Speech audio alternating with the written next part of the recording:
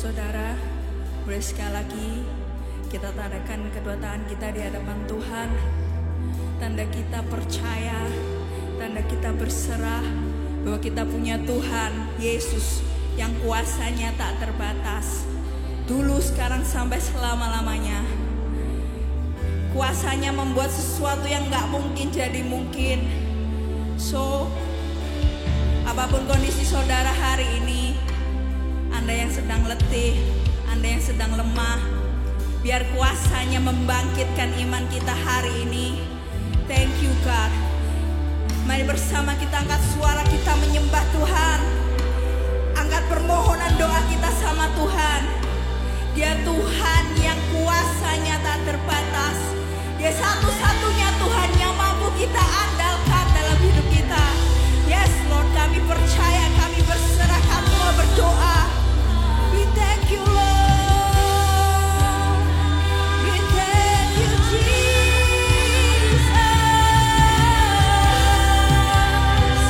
Hanya Kau Tuhan. Kami mau andalkan Kau sepenuhnya dalam hidup kami Tuhan. Jesus.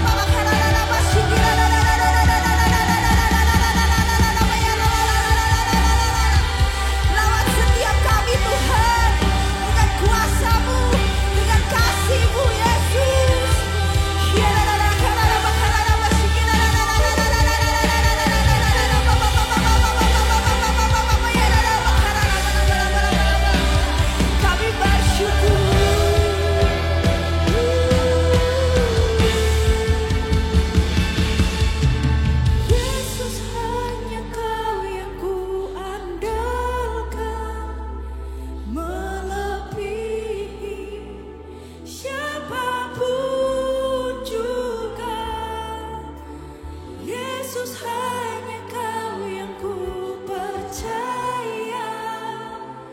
Di setiap waktu tiada lain yang ku andalkan selain.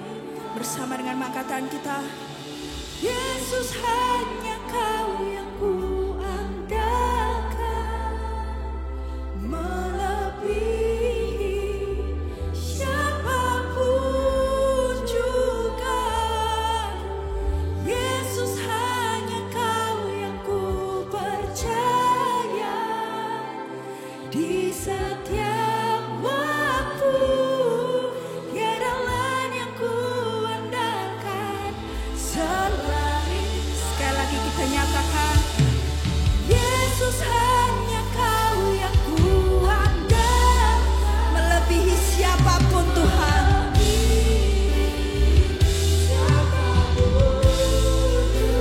Dan hanya pada Yesus kami mau percaya.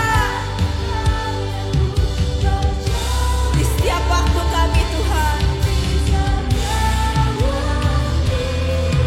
tiada lain yang ku andalkan selain Kau.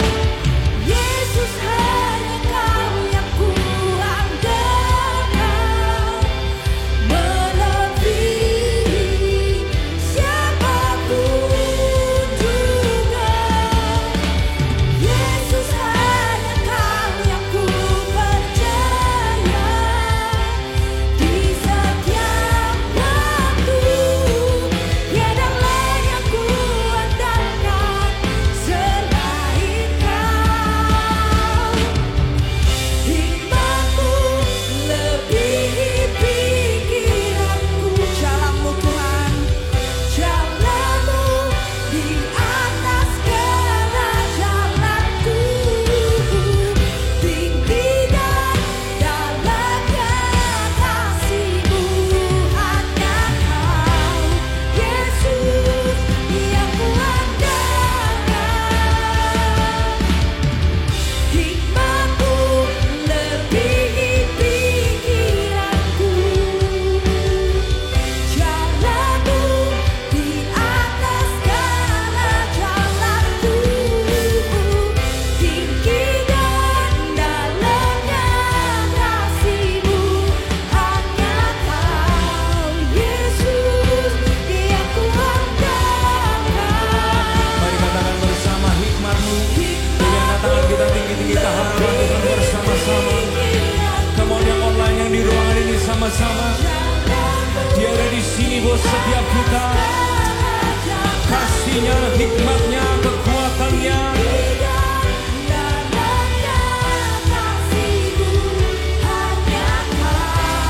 Yesus yang ku andalkan. Boleh kasih tepuk tangan yang luar biasa bagi Tuhan Yesus kita. Kenapa enggak ucapkan terima kasih buat hikmat, buat kasih, buat kekuatan, buat kemurahan Tuhan, buat kebaikan dan kesetiaan Tuhan dalam hidup kita. Thank you Lord, thank you God, thank you Lord. Satu-satunya yang ku andalkan, satu-satunya yang ku percaya.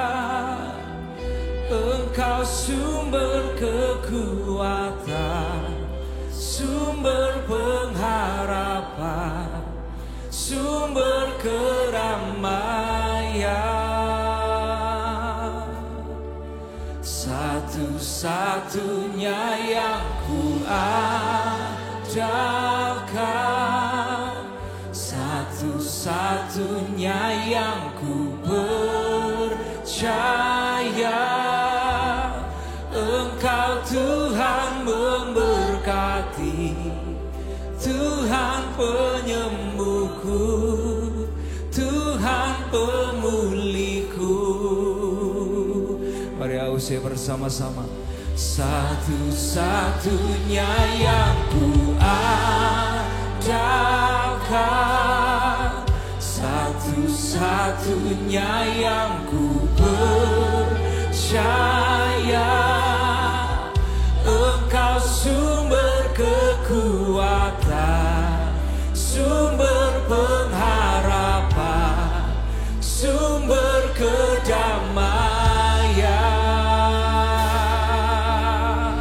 satu-satunya yang kuandalkan, satu-satunya yang ku percaya. Deklarasikan Engkau Tuhan atas setiap kehidupan kami, atas keluarga, atas pekerjaan, atas siapapun kami di ruangan ini, di online. Oh God, you are the only one, satu-satunya yang kuat. Mari angkat tangan kita tinggi-tinggi ke hadapan Tuhan. Satu-satunya yang ku percaya, Engkau sumber kekuatan, sumber pengharapan, sumber kedamaian. Engkau satu-satunya. Oh, we praise you God. Amen. Yes God. Engkau Tuhan memberkati, Tuhan penyembuhku, Tuhan pemulihku. Engkau Tuhan memberkati, menyembuhkan, memulihkan kami. Engkau Tuhan memberkati, Tuhan penyembuhku, Tuhan pemulihku. Perkatakan ini jadi doa atas kehidupan kita. Engkau Tuhan memberkati, Tuhan penyembuhku, Tuhan pemulihku. Kamu suara-suara tepuk tangan yang luar biasa sekali lagi bagi Tuhan, Raja segala raja. Haleluya, haleluya. Bapa, kami sungguh berterima kasih. Engkau Tuhan buat kami, Gembala yang baik, Bapa yang setia, Raja yang kekal, Penasehat yang ajaib, Tuhan yang tidak pernah meninggalkan kami. Tuhan, Kau lihat setiap kami nama demi nama kami, yang di ruangan ini, yang di online sekalipun. Engkau kenali satu persatu kebutuhan dan keperluan kehidupan kami. Tidak sedetik pun Kau meninggalkan kami. Tapi hari ini terus ingatkan kami semua, kami anak kesayangan Tuhan. Kamu yang percaya ucapkan bersama dengan saya, 2, 3, saya anak kesayangan Tuhan. 2, 3, saya anak kesayangan Tuhan. Bapak, biar semua kami diteguhkan selalu. You love us. Lebih dari kami cinta diri kami sendiri. You care about us. Dan Kau menyediakan hari esok yang berkemenangan buat kami semua. Terima kasih ya Tuhan, terima kasih. Hari ini kami melanjutkan serial kami Bilioner. Hikmat-Mu ada atas semua kami termasuk hamba-Mu.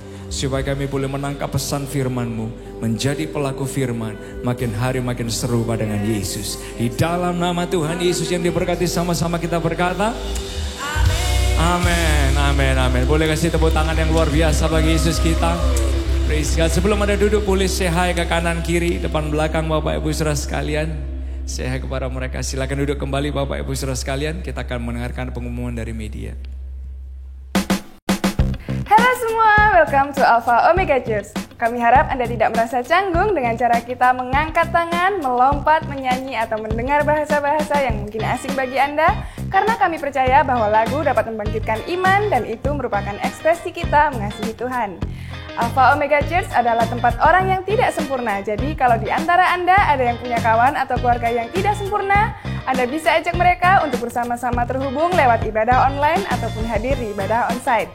Di Alpha Omega Church kita berusaha membangun suasana yang antusias dan semarak dalam setiap ibadah, baik onsite maupun online. Sehingga kita sangat mengajak Anda untuk berpartisipasi dan responsif dalam ibadah ini. Feel free untuk ikut bertepuk tangan, mengangkat tangan, tersenyum, dan menikmati apa yang sedang berlangsung. Dan bagi Anda yang mengikuti ibadah secara online, Anda bisa membangun suasana yang responsif dan antusias dengan cara mengetik respon positif Anda di live chat maupun kolom komen. Jangan lupa untuk subscribe YouTube Alpha Omega Church, like videonya, dan juga bagikan link ibadah online dari Alpha Omega Church kepada kawan dan keluarga kita. We want to connect with you. So, kalau Anda baru atau ada pertanyaan apa saja mengenai hal-hal di Alpha Omega Church, Anda bisa hubungi nomor di bawah ini, atau Anda bisa langsung kunjungi alphaomegachurch.com dan download aplikasi MyAOC untuk kemudahan akses Anda. We believe that we grow in community. Semua kita membutuhkan komunitas yang membangun, so jangan lupa untuk tetap hadir dan terlibat dalam setiap pertemuan Komsel onsite ataupun online sesuai persetujuan Komsel masing-masing. Kalau Anda belum berkomsel, hubungi kami di nomor ini supaya kami bisa membantu menyalurkan Anda ke sebuah grup. Berikut ini beberapa informasi yang baik untuk kita perhatikan. Setiap hari Kamis jam 8 malam, Alpha Omega Church mengadakan Worship and Words di mana kita bisa menyembah bersama dan Anda juga bisa didoakan secara personal. Mari join via IG Live Sound of Praise Official dan YouTube Live Alpha Omega Church. Ajak saudara dan kawan-kawan kita untuk join bersama. Alpha Omega Church akan mengadakan perjalanan ke Israel di tahun depan, yaitu tanggal 5 sampai 16 Februari 2023. Anda bisa spend Valentine's Day di sana, menikmati salju di Gunung Hermon, melihat secara langsung tempat-tempat yang selama ini kita baca di Alkitab, dan tentunya pengalaman-pengalaman personal yang akan sangat menggugah hati kita. Yuk sign up supaya bisa dipersiapkan yang terbaik, karena pendaftaran terakhir ditutup pada akhir September. Untuk informasi lebih lanjut, dapat menghubungi nomor di bawah ini. Alpha Omega Church bekerjasama dengan Laboratorium Klinik Pacar untuk mengadakan tes darah lengkap dengan harga khusus. Tes darah ini akan dilakukan pada hari Minggu 23 Oktober 2022 mulai jam 7.15 sampai jam 12 siang di Alpha Omega Church Dharma Permai Utara. Anda bisa mendaftarkan ke Ibu Yuni di nomor ini atau ke Connect Center. Jangan lupa untuk puasa 8 sampai 12 jam sebelum pemeriksaan. Have a great service everyone. God bless. Saya merasa nggak pede, badan saya kecil. Pernah kecewa nggak sama Tuhan? Saya berpikir saya nggak akan pernah merit. Gimana prosesnya penerimaan gambar dirinya? Menikah adalah mujizat bagi saya. Jangan pernah kasih saya pasangan hidup Tuhan kalau saya nggak siap.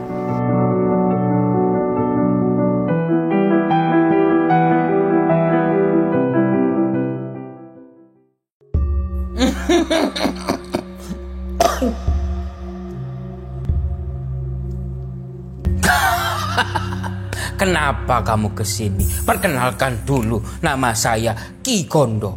Wong pinter jadi Ki Kondo, sarjana ekonomi. Ada perlu apa, nak? Halo semuanya. Hari ini kita akan membongkar sesuatu. Ini adalah tempat praktiknya. Ada perlu apa, nak?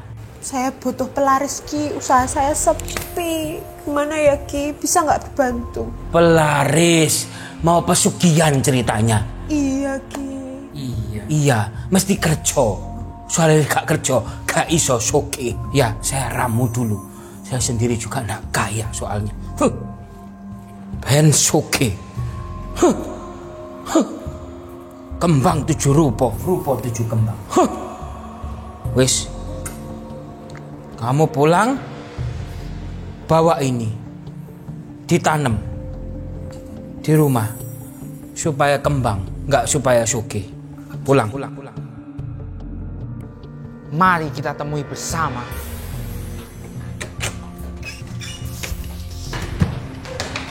Halo, ini nih yang membunuh keyakinan kita. Gak cuma ini, masih ada lagi.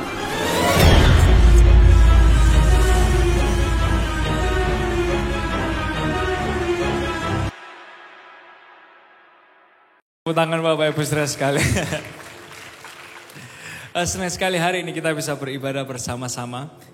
Buat selamat datang buat siapapun Anda di online di ruangan ini yang pertama kali atau biasanya hadir. Kita senang sekali kita bisa belajar bersama lewat kesempatan setiap hari Minggu di ruangan ini di Alpha Omega Church. Nah, sebelum kita masuk dalam pembahasan kita, Bapak Ibu Saudara sekalian, kita akan sama-sama memberikan persembahan. Kalau mungkin Anda di ruangan ini dan Anda baru dan Anda merasa, wah saya kok nggak kepingin memberi, jangan merasa terpaksa.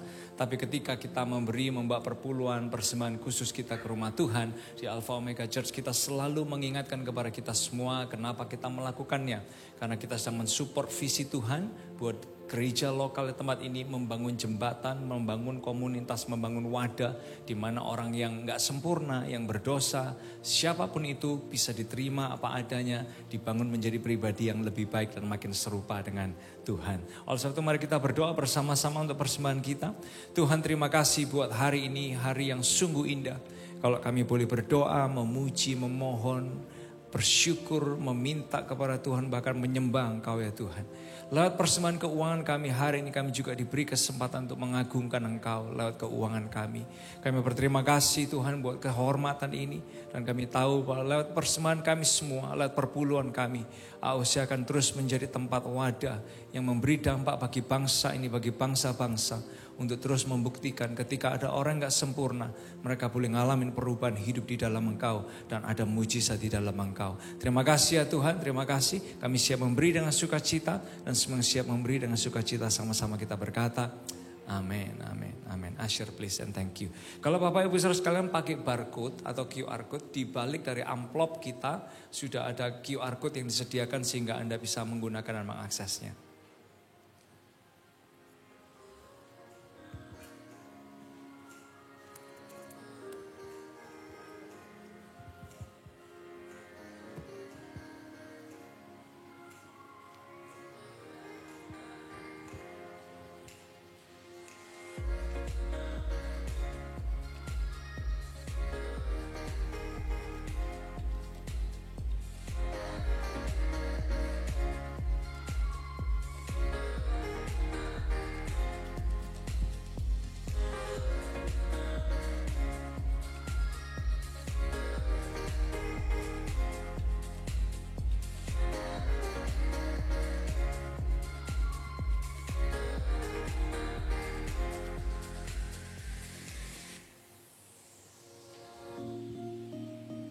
Thank you buat semua persembahan kita. Happy Sunday semua. Selamat beribadah buat kita yang ada di ruangan ini maupun yang ada di online Alpha Omega Church. Nah, selama 1 bulan ini kita semua membahas tentang bilioner. Boleh kita ucapkan sama-sama 2, 3 bilioner. Dan seru sekali menurut saya karena kita membahas soal area uang. Dimana kalau mungkin Anda berpikir, mungkin di minggu pertama Anda sempat berpikir, atau Anda barangkali hari ini pertama kali yang join bilioner, mungkin Anda berpikir gereja ngomongin soal duit, mungkin ini mau minta duit saya. Bukan soal itu saudara.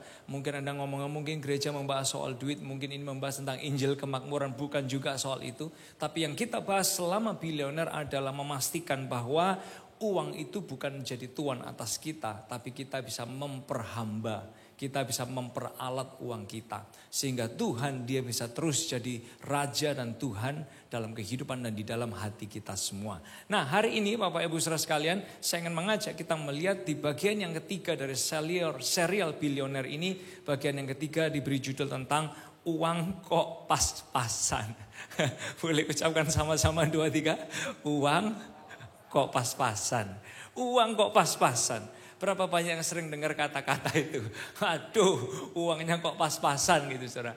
Semua mungkin pernah ngalamin hal tersebut. Kita mungkin masih pernah mengucapkan kata-kata tersebut.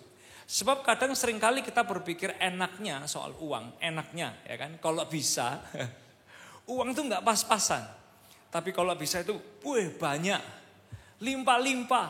Sampai luber-luber. Seringkali itu jadi harapan dan bayangan kita semua. Tapi kalau kita sadari bahwa apa sih yang sebenarnya yang diharapkan ketika kita berpikir soal uang itu nggak pas-pasan atau mungkin banyak, meluber-luber, berlimpah-limpah ya kan. Sampai ada slogan yang bilang gini Bapak Ibu Saudara sekalian. Jadilah kaya sampai kalau mau beli barang di pikiran kita tidak terlintas sama sekali bahwa barang itu mahal. Jadilah kaya Sampai kalau mau beli barang di pikiran kita tidak terlintas sama sekali bahwa barang ini mahal. Semua kita membayangkan yang namanya limpah itu meluber-luber. Apapun bisa dibeli, gak ada yang mahal buat kita. Nah, ternyata ada sebuah ayat yang ketika ditulis oleh penulis Ibrani ini menjelaskan kepada kita sebentar lagi tentang konsepnya. Apalagi ketika kita melihat Tuhan adalah Tuhan yang menyertai kita dan Dia Tuhan yang gak terbatas. Oleh sebab itu dari seorang penulis ini kita akan belajar sama-sama dalam Ibrani pasal yang ke-13 ayat yang kelima. Ibrani 13 ayat yang kelima, ayatnya berkata demikian, kita baca bersama, Anda bisa ucapkan dan baca dari layar kita. 2, 3, janganlah kamu menjadi hamba uang dan cukupkanlah dirimu dengan apa yang ada padamu. Karena Allah telah berfirman, aku sekali-kali tidak akan membiarkan engkau dan aku sekali-kali tidak akan meninggalkan engkau. Amin. Saudara, ayat ini sangat powerful sekali. Di bagian terakhirnya ayatnya bilang gini, aku sekali-kali tidak akan membiarkan engkau dan aku sekali-kali tidak akan meninggalkan engkau. Yang setuju katakan yes. Yang percaya katakan yes, saudara. Ini Tuhan yang bilang, aku sekali-kali tidak akan membiarkan engkau dan aku sekali-kali tidak akan meninggalkan engkau. Tapi di bagian atasnya mungkin ini yang kita kurang senang. Di bagian atasnya bilang, janganlah kamu menjadi hamba uang dan cukupkanlah dirimu dengan apa yang ada padamu. Nah ini yang malasnya, saudara. Mungkin bagian yang kita gak suka adalah kok disuruh cukup. Kok disuruh cukup. Karena seringkali kalau cukup itu di pikiran kita itu hanya pas-pasan. Maunya itu kan kita punya Tuhan yang katanya gak meninggalkan kita. Gak membiarkan kita sekalipun. Kok cuman cukup? Lah gimana mau cukup, seringkali rasanya aja kadang kayak gak cukup. Apalagi ini cuma sekedar cukup. Males dong kalau gitu bahas soal uang, soal duit, ngapain? Katanya berlimpah. Kok ternyata Alkitab ngajarannya cuma cukup gitu. Saudara coba perhatikan dari kata-kata di Ibrani 13 ayat 5 ini. Sebenarnya kata cukup di sini itu bukan tentang jumlah uangnya. Kata cukup di sini bukan tentang jumlah uang yang seringkali gambaran kita itu nominal atau dana deposito atau mungkin luberan, uang yang berlimpah-limpah gitu yang sampai kita aja lupa nyebut jumlahnya itu berapa gitu, saudara. Atau bahkan mau mengucapkannya aja udah susah buat kita jumlahnya. Kalau cuma jeng, no jeng, ceban, cepek jeng, gopek jeng, cetio kan gampang banget gitu, saudara. Kan kita di pikiran kita seringkali, wah ini harusnya nominal yang luar biasa gitu. Tapi ternyata bicara tentang kata cukup di sini adalah bicara tentang cara berpikir dan sikap hati kita. Tentang cara berpikir dan sikap hati kita. Boleh kita ucapkan sama-sama tentang apa, saudara? Cara berpikir dan sikap hati kita. Karena gini, saudara, mau saldo berapapun yang kita punya, jumlah berapapun mungkin yang kita miliki, kalau tidak ada rasa cukup, maka itu gak akan pernah cukup buat kita. Mau jumlah berapapun yang kita pegang, yang kita terima, yang jadi pemasukan setiap bulan kita, kalau nggak disertai dengan rasa cukup, maka nggak akan pernah cukup buat siapapun kita. Nah sehingga bicara tentang selama bilioner ini, minggu pertama kan kita diingatkan, waktu kita mungkin mau nyelesain hutang kita, ada Tuhan yang tidak terbatas. Ya kan? Lalu kita membayangkan kembali Tuhan yang tidak terbatas, Dia bisa kirim uang itu seperti ombak gitu, seperti air di laut yang nggak pernah ada habisnya, diisi terus, ya kan? Lalu 2 minggu yang lalu kita juga di bagian yang kedua mempelajarinya gini, ada keran, ya kan? Ada ember, kita ini hanya alat, pekerjaan kita itu hanya sarananya. Kreativitas dan hikmat kita itu hanya saluran, Tuhan itu sumbernya. Dan sebagai sumber harusnya Dia ekstravagansa. Lalu seringkali yang jadi pemikiran kita, Bapak Ibu Saudara sekalian, ketika kita bicara soal Tuhan itu Tuhan yang tidak terbatas. Ada 2 ilustrasi yang saya kepingin coba ajak kita untuk lihat hari ini. Dan saya berharap ini bisa jadi sesuatu yang kita tangkap di hati kita. Ilustrasi yang pertama, seringkali yang kita bayangkan tentang Tuhan yang tidak terbatas, apalagi Dia tidak membiarkan dan Dia tidak meninggalkan kita. Di pikiran kita seringkali uang itu akan kayak gelombang ombak, saudara. Gak terbatas gitu. Mau beli apa aja bisa, lebih, gak ada yang mahal. Kadang pikiran kita gitu, saudara, ya kan? Tapi ilustrasi yang kedua bicara soal Tuhan yang gak terbatas. Mungkin ilustrasi ini Anda nggak suka ya, tapi ini yang kadang Tuhan praktekkan buat kita. Ilustrasi yang kedua itu seolah-olah kayak gini, saudara. Kalau misalnya di rumah kita itu selalu ada keran ya. Di rumah kita selalu ada yang namanya keran. Waktu kita pergi ke wastafel atau keran kita, tiap kali kita buka airnya, di situ airnya selalu ada. Ditutup lagi pun, dibuka lagi pun, air itu tetap keluar. Ditutup lagi, dibuka lagi pun, air itu tetap keluar. Ditutup lagi, dibuka lagi pun, airnya tetap keluar dari keran yang kita punyai. Nah seringkali, ketika bicara tentang Tuhan yang tidak terbatas, bukankah gambaran seperti keran itu tadi, dibuka, keluar, ditutup, dibuka lagi masih bisa keluar lagi, ditutup, dibuka lagi, keluar lagi. Nah menariknya gini saudara, dari dua ilustrasi ini tentang gambaran kita soal Tuhan yang tidak terbatas. Yang pertama, kalau seandainya memang Tuhan itu dia gelontorin uang seperti ombak di laut sama kita. Saudara pernah nggak membayangkan kira-kira kalau kita ketiban uang dari langit gitu? Kalau ketiban mungkin nggak bisa bangun saudara. Karena kita bisa pingsan. Tapi kalau itu kenyataannya, saudara mau tahu, orang kalau berdiri di pinggir pantai, diserang terus sama ombak, dia lama-lama bisa goyah, dia bisa terpeleset, dia bisa jatuh. Benar nggak saudara? Kalau kita membayangkannya soal Tuhan yang menyertai, Tuhan yang memberkati, itu seolah-olah kayak dana yang gak pernah ada habisnya buat kita. Apa yang kita mau sampai gak ada kata mahal, dia bisa sediakan. Saudara, jangan-jangan nanti kita bisa lemah imannya, bisa goyah imannya. Bisa jatuh. Karena apa? Kalau kita ngelihat air di laut aja, Anda berdiri di situ, dengan begitu kuatnya derasan ombak yang menyerang, yang menghantam kita. Kita aja kadang gak kuat berdiri, saudara. Tapi gimana dengan gambaran kalau seolah-olah kayak gini, saudara? Tiap kali kita buka kerannya, keran itu keluar airnya. Tiap kali kita buka keran itu keluar airnya terus. Dan tiap kali kita buka keran itu keluar airnya terus. Nah mungkin ini yang disebut Tuhan itu tidak terbatas. Tapi kadang rasanya pas-pasan. Betul saudara? Pas perlu, pas ada. Pas pingin, pas ada. Pas butuh, kok ya pas ada. Betul gak saudara? Seringkali Tuhan juga kayak gitu. Oleh sebab itu dia gak kepingin kita semua juga sembarangan tentang konsepnya ketika Tuhan gak terbatas. Tapi dia juga bersama dengan berkat keuangan yang dia titipkan sama kita. Dia kepingin kita bisa menikmati Tuhan dan jalan bersama dengan Tuhan. Menikmati Tuhan dan jalan bersama dengan Tuhan dalam proses keuangan kita. Matius 25 ayat yang ke-15 mengingatkan tentang kata-kata ini. Apalagi di area soal keuangan. Yang seorang diberikannya 5 talenta. Yang seorang lagi 2. Dan yang seorang lagi 1. Masing-masing menurut kesanggupannya. Nah oleh sebab itu perjalanan keuangan kita. Itu adalah sesuatu yang personal antara kita dengan Tuhan. Sekali lagi saudara. Perjalanan keuangan setiap orang itu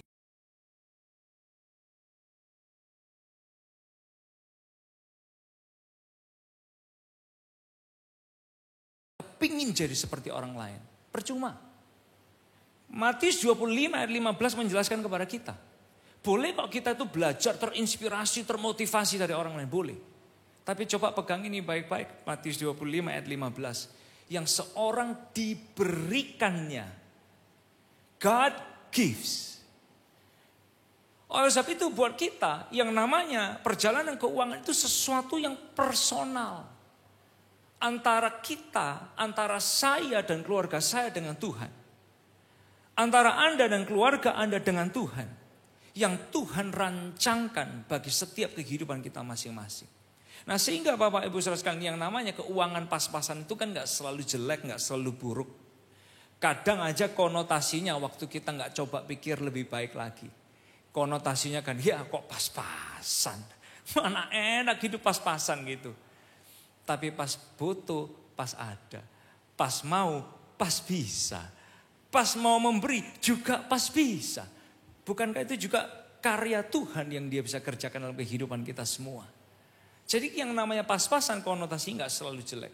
Justru dalam area keuangan kita kadang kita harus yang pas gitu. Harus yang pas. Suatu hari saya pergi ke Solo, ya kan? Di Solo langsung dikasih tahu, ini loh pastor, kalau di Solo itu harus makan kambing, ya kan? Udah makan sate kambing, ngomongin tengkleng. Begitu dicoba, pas ini pas. Jami ini pas. Racikannya pas toh, cara makannya, rasanya semuanya pas gitu. Nah, saudara, justru kadang yang pas ini yang perlu kita pelajari. Nah, sehingga membawa kita ke poin yang pertama tentang ini. Pas masuk. Boleh kita ucapkan sama-sama 2, 3. Pas masuk. Yes, pas masuk. Kita semua perlu uang dan kita semua harus punya uang. Caranya punya uang ya dengan kerja, dengan punya pemasukan.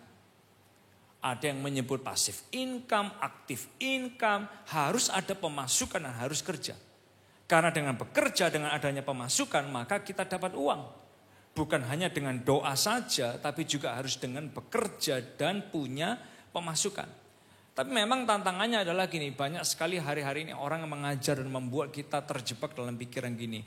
Kalau bisa nggak kerja tapi duit masuk terus. Iya kan? Seringkali kadang kita ditantang, dijebak untuk punya cara berpikir. Kalau bisa nggak kerja tapi duit masih terus. Ya semua ya maulah gitu. Apalagi dapat dari kekayaan turunan kelima, keempat, ketiga, kedua. Itu bisa aja. Tapi buat semua orang yang mungkin Anda hari ini sukses di awal dari sesuatu yang berat dan susah. Anda sadar bahwa sebetulnya kita semua perlu uang. Dan caranya uang itu ada. Kita harus bekerja dan harus punya pemasukan. Entah itu pasif, entah itu aktif, apapun itu pemasukan dan bekerja. Nah, tapi banyak orang akhirnya merasa gini, saudara, bicara soal kerja, soal punya pemasukan. Bahayanya adalah gini, seringkali dengan kalau bisa kita tuh nggak kerja tapi punya pemasukan. Akhirnya membuat banyak orang, termasuk banyak generasi hari ini cara berpikirnya gini, kerja itu berat. Kerja itu nggak enak. Kerja itu susah. Wah, kerja itu rumit. Kerja itu beban. Kerja itu sesuatu yang harus dihindari. Lalu dicari, Alkitab ngomong apa soal kerja? Nah betul kan, betul. Ternyata gara-gara dosa manusia itu disuruh Tuhan kerja. Adam dan Hawa itu diusir sama Tuhan, ya kan? Lalu dia dibuat untuk susah kerja. Nah makanya kerja ini kutukan.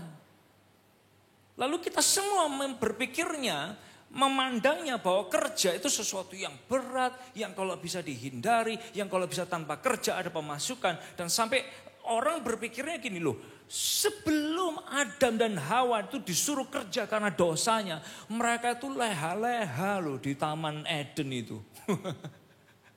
Kayak santai-santai gitu, lihat ada emas, ada binatang, ada suara burung, ada suara ayam, suara sungai, ada kopi mungkin gitu saudara, ada pisang goreng. Di pikiran kita kayak they live in a paradise. Tapi ternyata sebetulnya kalau kita lihat dalam Kejadian 2 ayat 15, tidak sekalipun Tuhan membiarkan manusia tidak berkarya. Kejadian 25 ayat 15 berkata, Tuhan Allah mengambil manusia itu dan menempatkannya dalam Taman Eden untuk, boleh kita ucapkan sama-sama 2, 3, mengusahakan dan memelihara taman itu. Harus diusahakan dan dipelihara. Kalau kita ngomongnya kerja itu kutukan, coba lihat dulu Kejadian 2 ayat 15 sebelum dosa. Sebelum ada kata-kata itu mereka harus kerja susah payah. Sebelumnya pun Tuhan juga kasih tugas. Tuhan juga kasih pekerjaan. Tuhan kasih job desk kepada mereka. Dan mereka harus apa saudara? Mengusahakan dan memelihara taman itu. Oh mungkin buat kita ya cuma 2 kata, gampang banget. Pastor Elsa pernah tahu job desk saya di kantor saya? Segini job desknya, lah ini kan enak. Saudara, kita bacanya cuma 2 kata. Buat dia yang menjalani, buat Adam dan Hawa yang menjalani taman sebegitu besar, dengan berbagai macam hal yang ada, mereka harus menamai satu demi satu. Saya tuh kadang mikir, iya ya, namain baju mau dijual itu aja susah loh. Kok orang ya bisa aja muncul dengan nama kamera satu demi satu gitu. Kok orang itu bisa loh keluar dengan nomor seri di setiap baut, di tiap mur, kok ya ada aja waktu mikirin itu. Tapi ternyata itu semua butuh waktu, betul saudara. Ternyata buat Adam dan Hawa untuk mengusahakan, oh ini gede gini ini dinamai gajah. Kalau kecil semut. Saya coba dibalik, gede dikasih semut. Mungkin aja keterusan kalau hari ini bisa loh saudara. Tapi ternyata bukan pekerjaan yang mudah. Mengusahakan dan memelihara taman itu. So right from the very beginning Tuhan ciptakan manusia. Tuhan gak kepingin manusia itu cuman do nothing. Dia kepingin manusia bekerja, mengusahakan dan melihara taman itu. Bapak Ibu Saudara, kenapa kok Tuhan kayak gitu sama manusia? Apakah Tuhan jahat? No. Karena Tuhan tahu ciptaannya. Kita ini ciptaan Tuhan. Dan waktu Tuhan kasih tugas kepada kita, Dia udah tahu kalau manusia itu disuruh diam terus, lama-lama makin tumpul. Kalau kita milih tidak ngapa-ngapain, perhatiin. Kita tumpul di semua area kehidupan kita. Karena kita gak ngapa-ngapain. Dan kita memilih untuk gak ngapa-ngapain, maka kita memilih untuk makin tumpul. Dan kalau manusia diem-diem aja, gak ngapa-ngapain, tahu gak saudara, pikirannya kan tambah gak karu-karuan. Diem aja, gak ngapa-ngapain, potensi dirinya terbuang. So, Tuhan kasih tugas, yaitu apa? Pekerjaan. Tuhan kasih tugas kepada manusia dari sejak awal dikasih yang namanya pekerjaan. Supaya apa? Manusia berkembang. Potensi dirinya berkembang, merasakan kepuasan, bisa berkarya, bisa berprestasi, bisa berdampak. Bahkan ini saudara, menikmati segala sesuatu yang Tuhan titipkan dan percayakan dalam kehidupannya. Lewat apa? Bekerja. Sehingga kita perlu tahu sama-sama hari ini. Buat siapapun kita di bidang apapun, termasuk ibu rumah tangga pekerjaan kita. Bekerja bukan beban. Bekerja adalah kesempatan yang Tuhan beri untuk saya berkarya dan untuk hidup saya bermakna. Yang setuju katakan yes.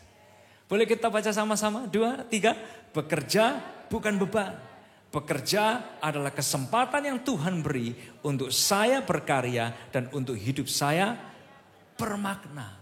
So lewat kesempatan serial Billionaire ini, saya berharap cara kita ngelihat, cara kita pandang, cara kita bersikap terhadap pekerjaan kita berubah. Bekerja itu bukan beban. Itu kesempatan yang Tuhan beri untuk kita berkarya, untuk hidup kita bermakna. Business owner, pedagang, pengusaha, profesional, guru, seniman, artis, apapun, praktisi, dokter, apapun pekerjaan kita, pelajar, ibu rumah tangga sekalipun. Ayo kita makin excellent. Di setiap area yang Tuhan titipkan dan percayakan kepada kita. Karena bekerja bukan beban. Nganggur itu tumpul. Tapi bekerja justru kita berkarya dan hidup kita berdampak untuk kemuliaan nama Tuhan. Yang percaya boleh kasih tepuk tangan yang luar biasa buat Tuhan kita. Saudara, suatu hari penulis Amsal dia pernah bilang, Amsal 6 ayat yang ke-6 sampai 9. Gak ada di layar. Tapi dia pernah bilang ini, perhatikan dan belajar dari semut. Perhatikan lakunya dan jadilah bijak. Kenapa? Coba Anda lihat semut. Sampai di rumah kita masing-masing. Dari semut kita belajar, oh ini punya inisiatif loh. Wah, apa aja dikerjain, apa aja dicoba, apa aja dijalani gitu. Inisiatif tinggi. Dia mikir gimana cara mengumpulkan, mendapat dan memperoleh. Selama musim dia bisa memperoleh dan mendapat. Aktif terus. Bergerak terus. Dan aktif terus dan bergerak terus. Penulis Amsal cuma bilang, pergi kepada semut. Perhatikan lakunya dan jadilah bijak. Sewaktu kita pulang hari ini, cara pandang kita terhadap pekerjaan harus berbeda. Coba perhatiin semut. Lalu kita lihat, Tuhan mau ajari kita apa? Tentang inisiatif, tentang aktif, tentang terus bergerak. Karena apa saudara? Bekerja bukan beban. Tapi itu adalah kemurahan Tuhan yang Tuhan beri buat kita semua. Sekali lagi yang percaya katakan amin. Yang kedua Bapak Ibu Saudara sekalian, pas-pasan. Yang pertama tadi pas masuk. Ya kan? Yang kedua, pas disiplin. Boleh kita ucapkan sama-sama? 2, 3. Pas disiplin. Kalau ada yang masuk, berarti ada yang harus dikelola dengan baik. Ya kan? Simple. Kalau ada yang masuk, berarti ada yang harus dikelola dengan baik. Nah, yang sangat sering terjadi bukanlah kurang pemasukannya, tapi buruk pengelolaannya. Yang sering kali terjadi bukanlah kurang pemasukannya, tapi buruk pengelolaannya. Boleh kita ucapkan sama-sama 2, 3. Yang sangat sering terjadi bukanlah kurang pemasukannya, tapi buruk pengelolaannya. Saudara ngomong gini, itu bukan kita kok, itu yang bicara di mimbar itu loh yang kayak gitu. Benar saudara, siapapun kita sering ngalamin gini, bukan soal pemasukannya, tapi buruk pengelolaannya. Orang sering merasa gini, wah nggak cukup, pas-pasan. Seringkali juga bukan karena jumlahnya. Yes, memang ada momen di mana itu jumlahnya. Tapi seringkali yang terjadi kepada kehidupan siapapun kita bukan karena jumlahnya, tapi karena buruk pengelolaannya. Sehingga ada sebuah kutipan yang berkata gini, if you cannot manage money, making more money won't help. Kalau kita nggak bisa mengelola uang, punya uang lebih banyak pun juga tidak akan menolong. If you cannot manage money, making more money won't help. Nah, untuk bisa mengelola keuangan dengan sangat baik, itu dibutuhkan yang namanya ini, saudara, disiplin.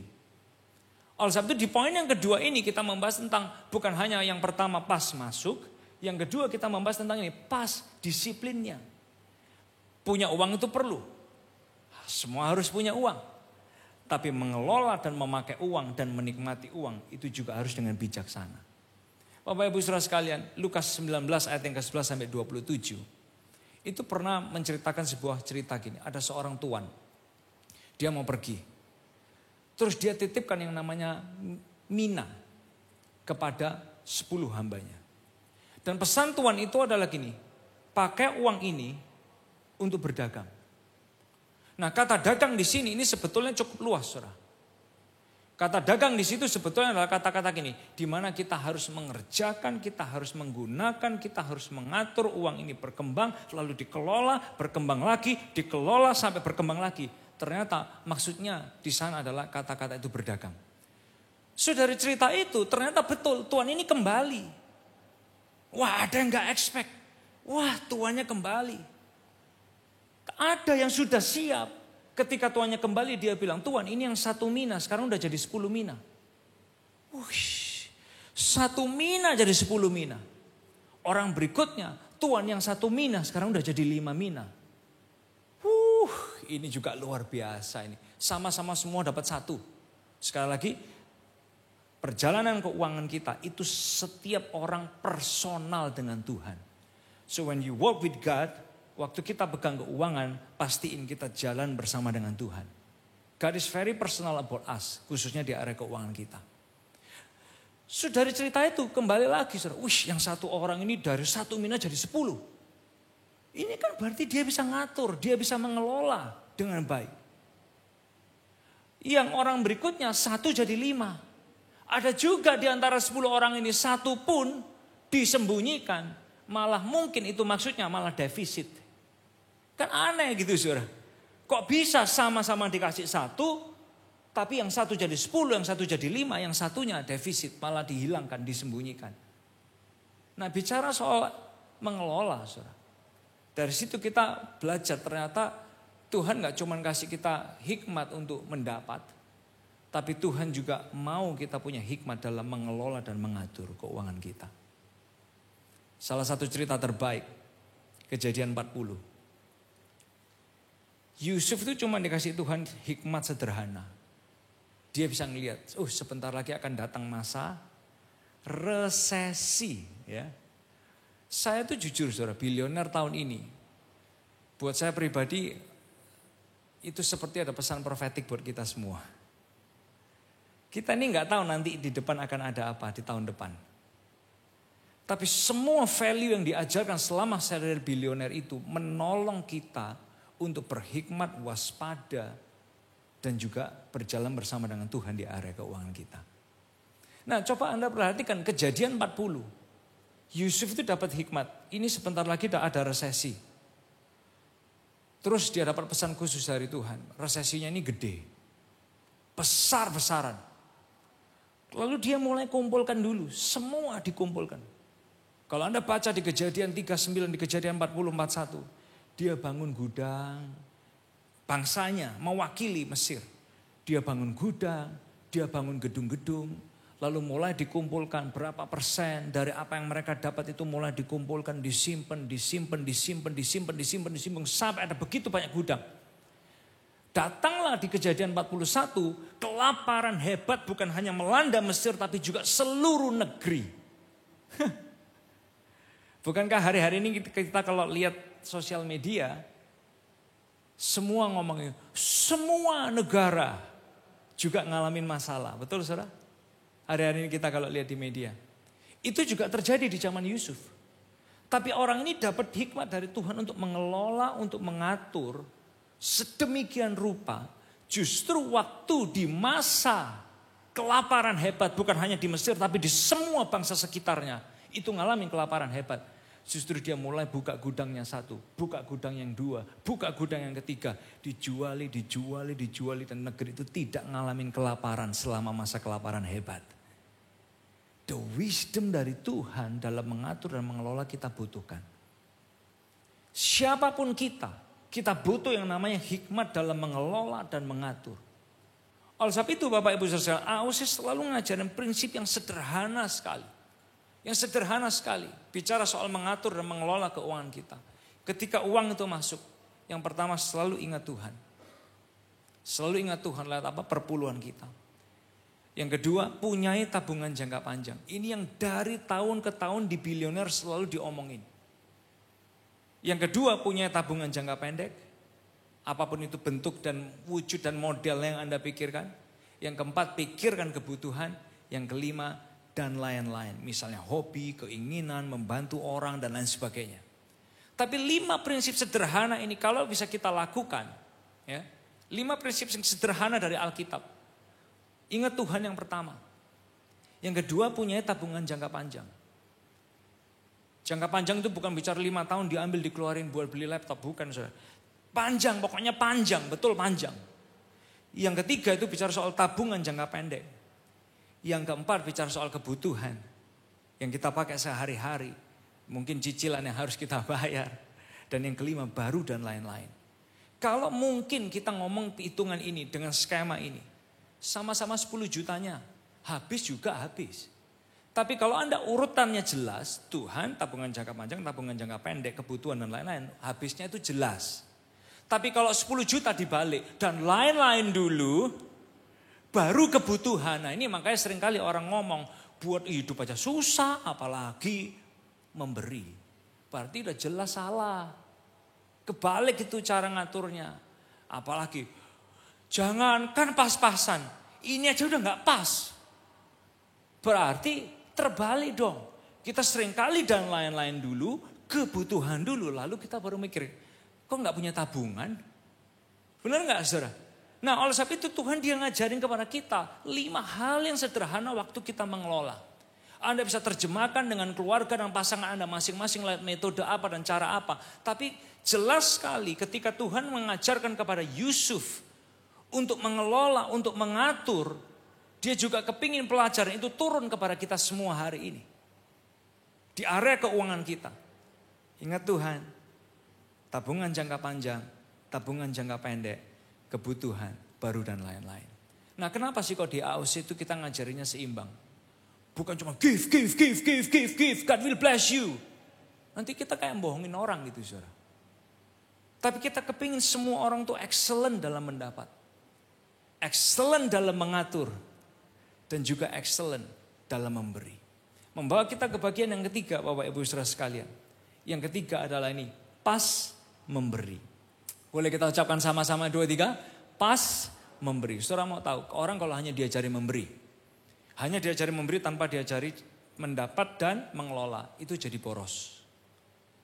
Kalau orang hanya diajar mengelola tanpa diajar memberi. Dia jadi kikir. Medit. Kalau orang hanya diajari mendapat tanpa mengelola dan tanpa memberi. Dia akan jadi tamak. Greedy. Gak pernah ada rasa cukupnya. Nah oleh sebab itu 3 ini harus selalu seimbang.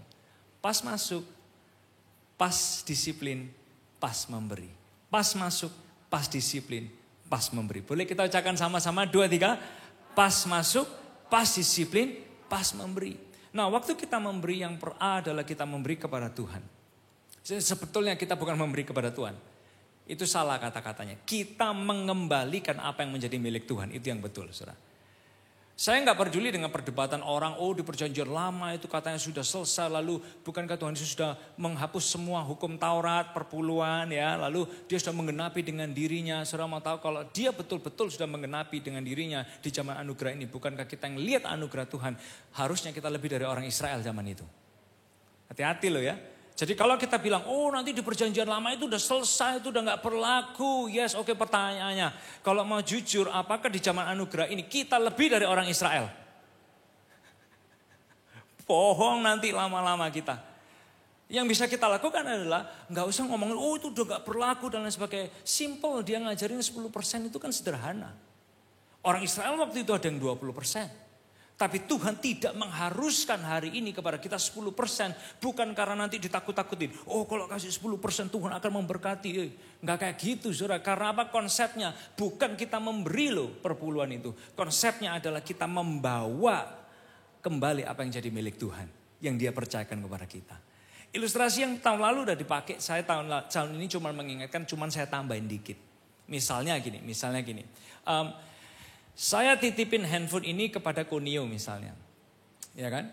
Lalu saya titipkan ke Konio, sebentar lagi boleh dong Konio kalau misalnya saya titipin, Konio saya mau ke toilet sebentar titip HP gitu ya, titip.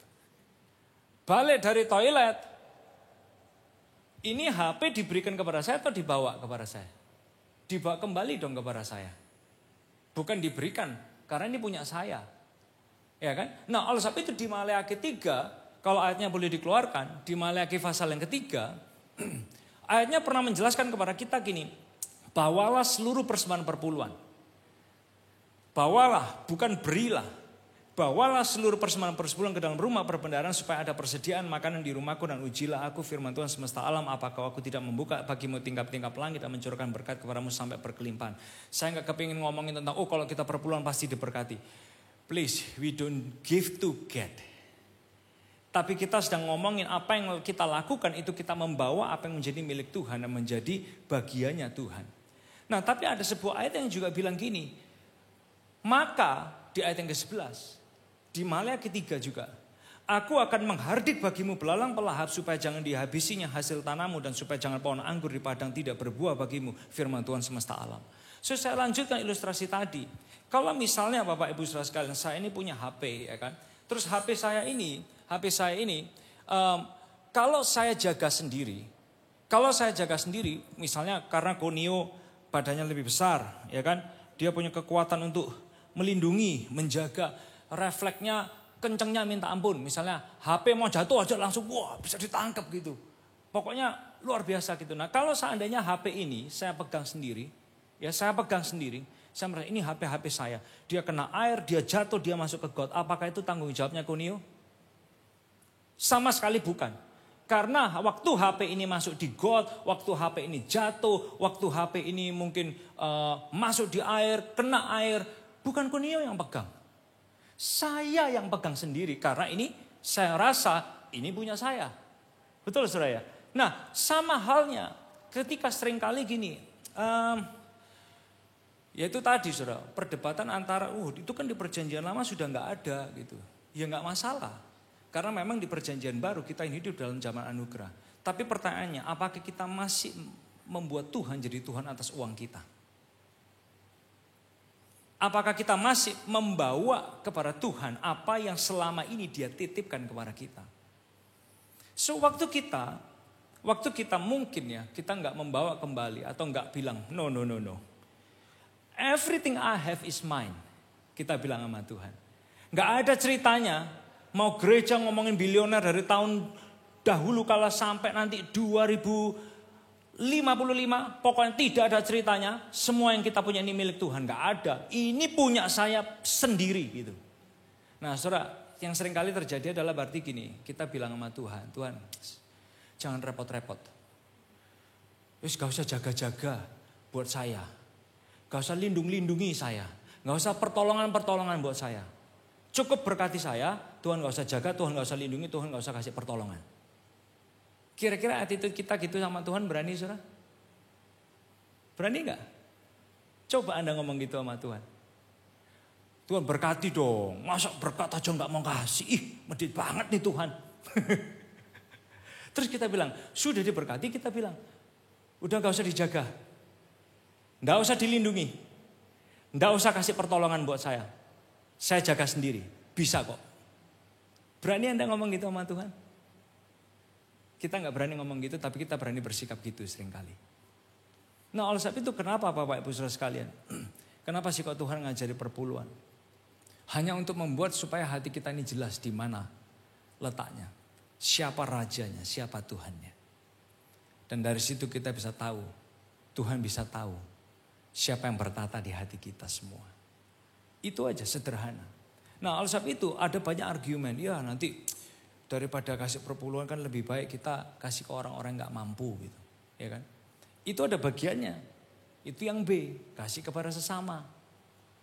Tapi kalau perpuluhan, saya rasa yang memberkati kita adalah Tuhan yang besar, bukan orang miskin. Bukan diskriminasi loh ya. Sekali lagi gak ada maksud diskriminasi. Tapi yang memberkati saya gak tahu yang memberkati Anda. Yang memberkati saya, atau mungkin Bapak Ibu Saudara sekalian, Anda percayanya yang memberkati kita itu Tuhan yang besar atau orang gak mampu yang memberkati Anda? Siapa yang memberkati kita saudara? Oh ya Anda bilang Tuhan. Ya benar berarti. Bukan orang gak mampu. Justru orang gak mampu seringkali minta tolong sama kita, benar. Itu yang seringkali terjadi. Yang memberkati Tuhan yang besar. Oleh sebab itu ketika kita membawa, kita tahu kita kembalikan kepada siapa? Tuhan yang besar. Nah ada juga argumen gini saudara. Tuhan tuh masih kurang kah? Kok minta-minta dari kita? Please, dia gak minta dari kita. Dia cuma mau ajarin kita siapa yang bertahta di hati kita. Dari situ kelihatan apa yang kita bawa. Dia cuma mau ajarin kepada kita siapa yang jadi tuan atas hati kita. Dari situ kelihatan dari apa yang kita bawa. Kelihatan banget. Kalau uang yang bertahta di hati kita ya udah dong. Tidak ada yang menghakimi Anda juga. Tapi kalau Tuhan yang bertahta di hati kita jelas kelihatan dari apa yang kita bawa. Nah argumen yang ketiga, ya nyatanya kan banyak ya pendeta itu menyalahgunakan uang. Oh itu benar, gak naif saudara. Itu benar. Gak usah, oh mana ada jelas ada pendeta yang menyalahgunakan keuangan ada. Ya kan? Tapi saya menemukannya gini, kalau ada orang menyalahgunakan keuangan, dia dosa, jangan nggak perlu kita ikut dosa kan gitu saudara. Kalau dia salah kita nggak perlu ikut salah. Contoh di Alkitab sudah ada jelas. 1 Samuel pasal yang kedua. Anaknya Imam Eli. Imam Eli-nya luar biasa. Anaknya Hofni dan Pinehas. Gilanya luar biasa. Wah ngawur banget pokoknya soal. Dia bisa curi uang persembahan. Dia bisa pakai buat gak karu-karuan gitu. Pokoknya betul-betul ngawur lah kehidupannya. Dari situ Tuhan yang lihat. Tuhan memperhatikan loh. Setiap ketika kita itu bersalah di area keuangan. Tuhan lihat, Tuhan tahu. Lalu Tuhan yang urusin orang itu sendiri. Oleh sebab itu ada pesan Tuhan khusus buat anaknya Imam Eli waktu itu. Hofni dan Pinehas. Ada cerita lagi dalam Kisah pasal 4 ayat 34 sampai 35. Ananias dan Safira. Semua orang berbondong-bondong bawa persembahan ke rumah Tuhan. Lalu mereka berdua ini ngakalin gitu. Wah ini coba diakalin. Kita bikin skenario cerita gitu. Wah ya katanya penjualannya kurang gini dan lain sebagainya. Langsung mati di tempat kok. Jadi ketika orang lain salah kita gak perlu ikut-ikutan salah. Itu aja intinya dari cerita tersebut. Waktu mungkin orang lain ada kok yang pasti salah menggunakan keuangannya Tuhan. Pasti ada. Apalagi pendeta yang salah. Pasti ada juga. Bukan berarti dia salah. Kita juga harus ikut-ikutan salah. Saudara. Karena Tuhan memperhatikan sekali lagi. Perjalanan keuangan kita itu sangat personal dengan Tuhan. Setiap perjalanan keuangan kita itu sangat personal dengan Tuhan. Dan yang berikutnya mungkin argumen. Perpuluhan kita ini dipakai buat apa gitu kan. Loh saudara, kalau Anda tanya itu benar. Boleh banget. Di AOC kita gak sensi kalau ditanya ini itu. Loh ini perpuluhan gereja ini dipakai buat apa? Ya enggak apa-apa tanya. Gak ada yang sensi saudara. Karena apa nih? Boleh dijelasin nih di sini. Misalnya Perpuluhan gereja itu dipakai untuk listriknya, maintenance-nya, ya, beli gensetnya, isi gensetnya, pakai solarnya, pemeliharaan alat-alat, reparasi lighting, ganti bolam, listriknya, kabel-kabelnya, sound system, reparasi alat musik, beli senar, head drum dan lain sebagainya, beli DI aja, kelihatannya kecil tapi harganya juga jutaan, saudara. Semua dibayar dengan uang. Lampu-lampu yang rusak, maintenance seluruh gedung ini termasuk di AOC lainnya, alat-alat tulis untuk kantor, operasional, pembiayaan. Kemarin ada Zoom kan, selama masa pandemi itu pun juga harus berbayar. Google Drive berbayar, apps berbayar tiap bulannya, ya kan. Website juga berbayar, printing backdrop, kreativitas, semuanya berbayar. Staf kantor, staff security, OB, sewa tempat di Jakarta, semuanya itu berbayar dan menggunakan apa? Keuangan perpuluhan kita semua. Jadi kita kalau ditanya, buat apa perpuluhannya? Oh, we can explain. Nggak sensi. Tapi kita kepingin juga orang tahu. Apa yang Anda tabur itu dimaksimalkan untuk membangun komunitas di mana orang yang berdosa terus ngalamin Tuhan. So we can explain to you. Nah, yang B, ketika kita pas memberi, yang B adalah ini saudara, kita membawa kepada sesama atau kepada orang lain. Ibrani 13 ayat yang kedua berkata, jangan kamu lupa memberi tumpangan kepada orang. Sebab dengan berbuat demikian beberapa orang dengan tidak diketahuinya telah menjamu malaikat-malaikat. Asik ya Tuhan ya. Dia gak butuh apa-apa dari kita. Tapi dia selalu kasih kesempatan buat kita. Untuk berdampak, untuk jadi berkat. So hari ini kita sama-sama belajar Bapak Ibu Saudara sekalian. Pas masuk. Pas disiplin. Dan pas memberi. Boleh kita ucapkan sama-sama 3 hal ini. 2, 3. Pas masuk, pas disiplin, pas memberi. Pas masuk, pas disiplin mengatur dan mengelola, pas memberi. Bisa bayangkan, kalau kita semua jemaat AOC, kita lihat konsep Alkitab ini tentang keuangan.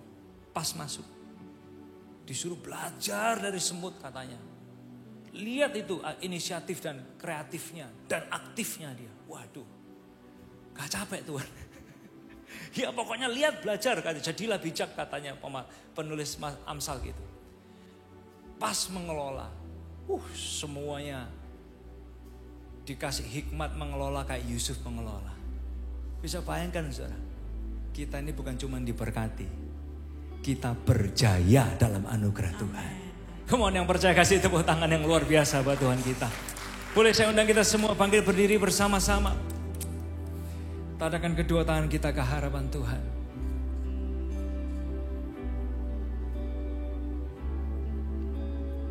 Nyanyikan lagu ini bersama.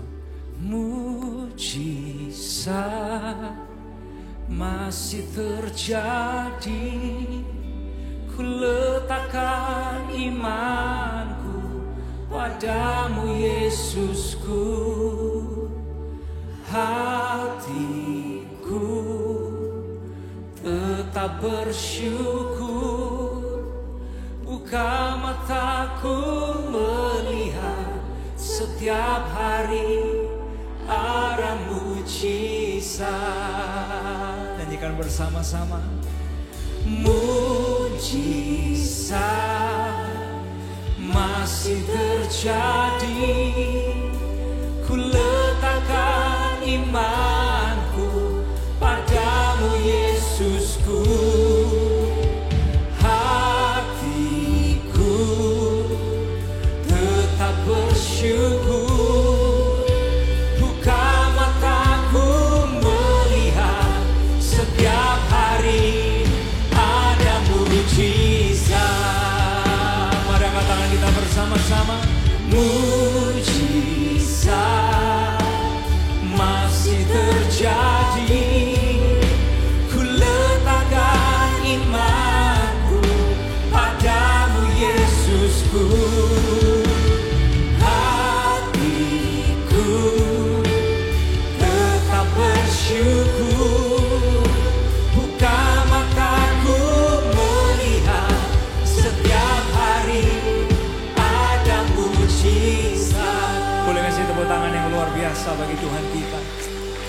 Berapa banyak di antara kita yang berkata, Tuhan, saya tahu Tuhan tidak terbatas. Kalau saya buka keran, air itu mengalir. Setiap saya buka keran, air itu mengalir. Pas perlu, pas ada, pas butuh, pas ada, pas maupun pas ada, Tuhan sediakan.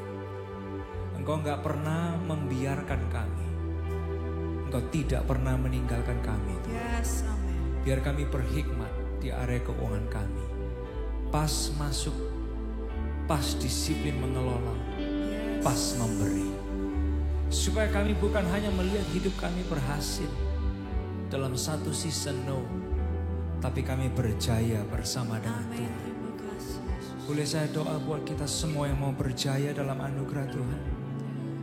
Tuhan, Kau lihat setiap anak-anak yang mengangkat tangan mereka. Pas masuk,